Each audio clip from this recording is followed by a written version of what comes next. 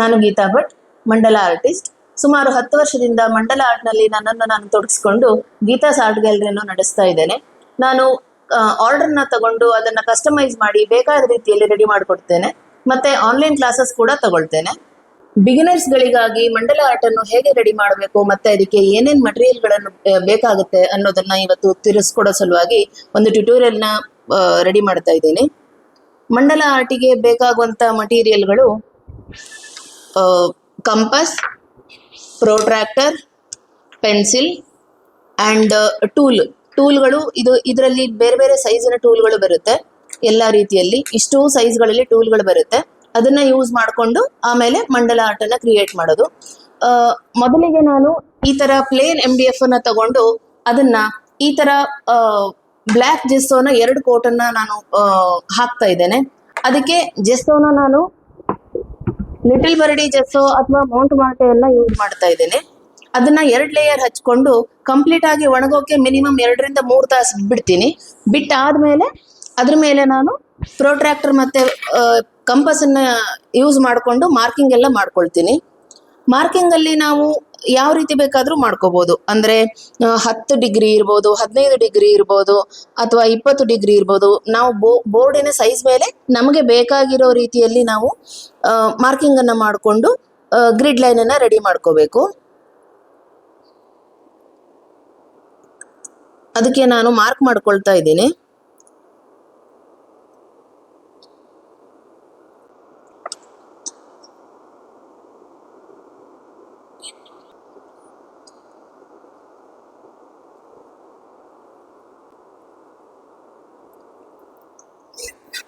ಇದನ್ನ ಮಾರ್ಕ್ ಮಾಡ್ಕೊಳ್ಳೋಕ್ಕಿಂತ ಮುಂಚೆ ನಾನು ಸೆಂಟರ್ ಪಾಯಿಂಟ್ ಅನ್ನ ರೆಡಿ ಮಾಡಿ ಇಟ್ಕೊಂಡಿದ್ದೆ.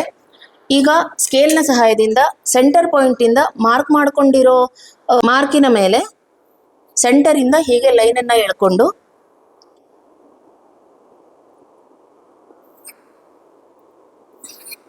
ಗ್ರಿಡ್ ಅನ್ನ ರೆಡಿ ಮಾಡ್ಕೋಬೇಕು.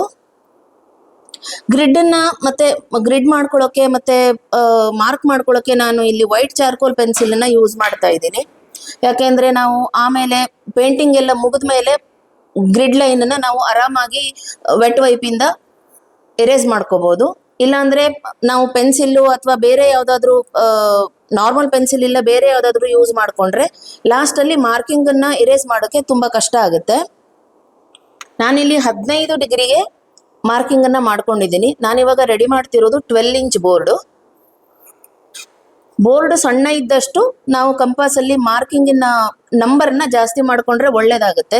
ತುಂಬಾ ಚಿಕ್ಕ ಬೋರ್ಡ್ ಅಲ್ಲಿ ತುಂಬಾ ಚಿಕ್ಕದಾಗಿ ಗ್ರಿಡ್ ಅನ್ನ ಹಾಕೊಂಡ್ಬಿಟ್ರೆ ಡಿಸೈನ್ ಮಾಡ್ಕೊಂಡು ಹೋಗುವಾಗ ತುಂಬಾ ಇಂಟ್ರಿಕೇಟ್ ಆಗಿ ಬಿಗಿನರ್ಸ್ ಗಳಿಗೆ ಮಾಡಕ್ ತುಂಬಾ ಕಷ್ಟ ಆಗುತ್ತೆ.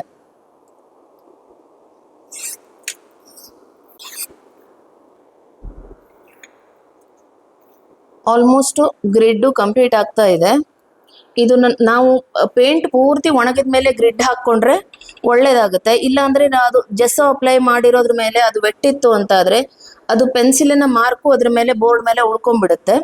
ಅದು ತೀರಾ ಕ್ಲೋಸ್ ಆಗಿ ನೋಡಿದಾಗ ಅಷ್ಟು ಚೆನ್ನಾಗಿ ಕಾಣಿಸಲ್ಲ.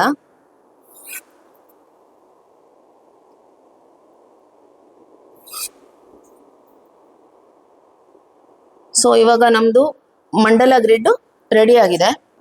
ಇವಾಗ ಇನ್ನೊಂದ್ಸಲ ಎಕ್ಸ್ಪ್ಲೇನ್ ಮಾಡ್ತೀನಿ ನಾನು ಇದನ್ನ ಮಾಡೋದಕ್ಕೆ ಏನೇನು ಐಟಮ್ಗಳನ್ನ ನಾನು ಯೂಸ್ ಮಾಡಿದ್ದೀನಿ ಅಂತ. ನಾನು ಈ ತರ ಪ್ಲೇನ್ MDF ಅನ್ನ ತಗೊಂಡು ಪ್ಲೇನ್ MDF ಅಲ್ಲಿ ಬೇರೆ ಬೇರೆ ಥಿಕ್ನೆಸ್ ಅಲ್ಲಿ ಬರುತ್ತೆ. ನೀವು ಸ್ವಲ್ಪ ಥಿಕ್ನೆಸ್ ಜಾಸ್ತಿ ಇರೋದು ತಗೊಂಡ್ರೆ ಅದ್ರ ಡ್ಯೂರೇಬಿಲಿಟಿ ಚೆನ್ನಾಗಿರುತ್ತೆ. ಸೊ ನಾನಿಲ್ಲಿ ತಗೊಂಡಿರೋದು 5.5 mm MDF. ಈ ತರ ಪ್ಲೇನ್ ಇರೋದನ್ನ ತಗೊಂಡು ಅದಕ್ಕೆ ಈ ತರ 2 ರಿಂದ 3 ಲೇಯರ್ ಜೆಸ್ಸೋ ಹಾಕೋತೀನಿ. ಜೆಸ್ಸೋ ಹಾಕೊಂಡು ಅಂದ್ರೆ ಒಂದ್ ಲೇಯರ್ ಆದ್ಮೇಲೆ 1 ಲೇಯರ್ ಹಾಕ್ಲಿಕ್ಕೆ ಮಿನಿಮಮ್ ನಾನು ಅರ್ಧ ಗಂಟೆಯಿಂದ 3/4 ಗಂಟೆ ಗ್ಯಾಪ್ ಕೊಡ್ತೀನಿ. ಅದು ಒಂದ್ಸಲ ಒಣಗಿದ್ಮೇಲೆ ಇನ್ನೊಂದ್ ಲೇಯರ್ ಹಾಕೋದು. ಫೈನಲ್ ಲೇಯರ್ ಆದ್ಮೇಲೆ ಅದನ್ನ ಮಿನಿಮಮ್ 3 ಅವರ್ಸ್ ಬಿಡ್ತೀನಿ ಕಂಪ್ಲೀಟ್ ಆಗಿ ಡ್ರೈ ಆಗ್ಬೇಕು ಅಂತ. ಇಲ್ಲ ಅಂದ್ರೆ ಈ ತರ ಮಾರ್ಕಿಂಗ್ ಮಾಡ್ಕೊಳ್ಳುವಾಗ ಅದು ಜೆಸ್ಸೋ ಮೇಲ್ಗಡೆ ಡೀಪ್ ಮಾರ್ಕಿಂಗ್ ಬಂದ್ಬಿಡುತ್ತೆ. ಅದು ಲಾಸ್ಟ್ ಅಲ್ಲಿ ಪೇಂಟಿಂಗ್ ಎಲ್ಲ ಮುಗಿದ ಮೇಲೆ ನಾವು ಗ್ರಿಡ್ ಲೈನ್ ಎರೇಸ್ ಮಾಡುವಾಗ ಅದರಲ್ಲಿ ಮಾರ್ಕಿಂಗು ಕಾಣಿಸುತ್ತೆ. ಸೊ ಅದಕ್ಕೋಸ್ಕರ ಕಂಪ್ಲೀಟ್ ಆಗಿ ಒಣಗಿದ್ಮೇಲೆ ಮಾರ್ಕಿಂಗ್ ಮಾಡ್ಕೊಂಡ್ರೆ ಒಳ್ಳೇದು. ಇವಾಗ ಟೂಲ್ಸ್ ಬಗ್ಗೆ ಹೇಳ್ತೀನಿ. ಮೊದಲನೇದಾಗಿ ಹೌದು, ನಾನು ಮಾರ್ಕಿಂಗ್ ಮಾಡ್ಕೊಳ್ಳುವಾಗ ನಾನು ಚಾರ್ಕೋಲ್ ಪೆನ್ಸಿಲ್ ಅನ್ನ ಯೂಸ್ ಮಾಡೋದು, ವೈಟ್ ಚಾರ್ಕೋಲ್ ಪೆನ್ಸಿಲ್. ಯಾಕೆಂದ್ರೆ ಆಮೇಲೆ ಇದ್ರ ಮಾರ್ಕ್ ಅನ್ನ ಎರೇಸ್ ಮಾಡ್ಲಿಕ್ಕೆ ಈಸಿ ಆಗತ್ತೆ ಅಂತ. ಟೂಲ್ಸ್ ಅಂದ್ರೆ ಅದರಲ್ಲಿ ಡಿಫ್ರೆಂಟ್ ಸೈಜ್ ಅಲ್ಲಿ ಬರುತ್ತೆ. ನೋಡ್ಬಾ ನಿಮ್ಗೆ ಕಾಣಿಸ್ತಾ ಇರ್ಬೋದು, ಎಲ್ಲಾದ್ರದ್ದು ಅದ್ರದ್ದು ಟಿಪ್ಗಳು ಬೇರೆ ಬೇರೆ ಸೈಜ್ ಅಲ್ಲಿ ಇದೆ. ಅದಾದ್ಮೇಲೆ ಇದು ಸ್ಟ್ರೇಟ್ ಟೂಲ್ಗಳು, ಅಂದ್ರೆ ನಮ್ಗೆ ಈ ತರದ್ರಲ್ಲಿನೂ ಸಿಗುತ್ತೆ, ಬಟ್ ಇದು ಈಸಿ ಆಗುತ್ತೆ. ಬೇರೆ ಬೇರೆ ಸೈಜ್ ಅಲ್ಲಿ ಬೇರೆ ಬೇರೆ ಡಾಟ್ ಗಳು ಇಡುವಾಗ ನೋಡಿ, ಇದ್ರಲ್ಲಿ ಹೀಗೆ ಎಷ್ಟೆಲ್ಲ ಸೈಜ್ ಗಳು ಕಾಣಿಸ್ತಾ ಇದೆ. ಇಷ್ಟು ಸೈಜ್ ತನಕ ಸಿಗುತ್ತೆ ನಮ್ಗೆ. ಅದಾದ್ಮೇಲೆ ಕಲರು ನಾನು ಹೆಚ್ಚಾಗಿ ಫೆವಿಕ್ರಿಲ್, ಕ್ಯಾಮಲ್ ಅಥವಾ ಆಕಾಂಕ್ಷ ಆಕ್ರಿಲ್ ಅಂತ ಇವಾಗ ರೀಸೆಂಟ್ ಆಗಿ ನಾನು ಯೂಸ್ ಮಾಡ್ತಿರೋದು. ಈ ಕಲರ್ ಚೆನ್ನಾಗಿ ಬರ್ತಾ ಇದೆ, ಆಲ್ಮೋಸ್ಟ್ ಈಕ್ವಲ್ ಟು ಕ್ಯಾಮಲ್. ಅದಕ್ಕೋಸ್ಕರ ನಾನು ಇದನ್ನ ಇತ್ತೀಚೆಗೆ ಸ್ವಲ್ಪ ಯೂಸ್ ಮಾಡ್ತಾ ಇದ್ದೀನಿ. ಮತ್ತೆ ನಾನು ಕಲರ್ ಅನ್ನ ಯಾವತ್ತೂ ಡೈರೆಕ್ಟ್ ಆಗಿ ಯೂಸ್ ಮಾಡೋದು ತುಂಬಾ ಕಡಿಮೆ. ಆನ್ಲೈನ್ ಅಲ್ಲಿ ಕ್ಲಾಸ್ ಅನ್ನ ಹೇಳ್ಕೊಳ್ಳೋಕೆ ಇಂಟ್ರೆಸ್ಟ್ ಇರೋರಿಗೆ ಸ್ಕ್ರೀನ್ ಅಲ್ಲಿ ಕೆಳಗಡೆ ಒಂದು ನಂಬರ್ ಬರ್ತಾ ಇದೆ ನೋಡಿ, 8217416352. ಇದಕ್ಕೆ ಕಾಂಟ್ಯಾಕ್ಟ್ ಮಾಡಿ. ಮತ್ತೆ ನಮ್ದು www.geetasartgallery.com ಅಂತ ಇದೆ.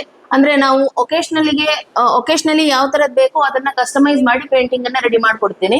ಸೊ ಅದಕ್ಕೋಸ್ಕರ ಮದುವೆ ಇರ್ಬೋದು, ಉಪನಯನ ಇರ್ಬೋದು, ಅಥವಾ ಬರ್ತ್ಡೇಸ್ ಇರ್ಬೋದು, ನಾಮಕರಣ ಇರ್ಬೋದು, ಅಥವಾ ಈಗ ಬರ್ತ್ಡೇ ಇಲ್ಲ ಚಿಕ್ಕ ಪುಟ್ಟ ಪಾರ್ಟಿಗಳಿಗೆ ರಿಟರ್ನ್ ಗಿಫ್ಟ್ ಆಗಿ ಕೊಡುವಂತ ಚಿಕ್ಕ ಪುಟ್ಟ ಐಟಮ್ಗಳಿರ್ಬೋದು, ಆ ತರದನ್ನೆಲ್ಲ ನಾನು ಕಸ್ಟಮೈಸ್ ಮಾಡಿ ಕೊಡ್ತೇನೆ. ಇಲ್ಲಿ ಕೆಲವೊಂದು ಐಟಮ್ಗಳು ನಾನು ಹಾಗೆ ತೋರಿಸ್ತಾ ಇದ್ದೇನೆ. ಮತ್ತೆ ಉಳಿದ ಏನೇನು ಯಾವ್ಯಾವ ತರ ಐಟಮ್ಗಳು ನಾನು ರೆಡಿ ಮಾಡ್ತೀನಿ ಅನ್ನೋದಕ್ಕೆ ನೀವು ಒಂದ್ಸಲ ನನ್ನ ವೆಬ್ಸೈಟ್ ಅನ್ನ ಚೆಕ್ ಮಾಡಿ. ಬೇಸಿಕ್ ಮಂಡಲ ಟ್ಯುಟೋರಿಯಲ್ ನ ತಿಳ್ಕೊಳ್ಳೋದಕ್ಕೋಸ್ಕರ ನನ್ನ ಚಾನೆಲ್ ಅನ್ನ ಸಬ್ಸ್ಕ್ರೈಬ್ ಮಾಡಿ, ಶೇರ್ ಮಾಡಿ, ಹಾಗೂ ಇನ್ನೊಬ್ರಿಗೆ ತಿಳಿಸ್ಕೊಡಿ ಇದ್ರ ಬಗ್ಗೆ ಹೀಗೆ ಇದೆ ಅಂತ. ಮತ್ತೆ ನಮ್ದು ವೆಬ್ಸೈಟ್ ಬಗ್ಗೆ ಕೂಡ ನಿಮ್ಗೆ ಗೊತ್ತಿರೋರಿಗೆ ಹೇಳಿ ಸ್ವಲ್ಪ ಪಬ್ಲಿಸಿಟಿ ಕೊಡಿ.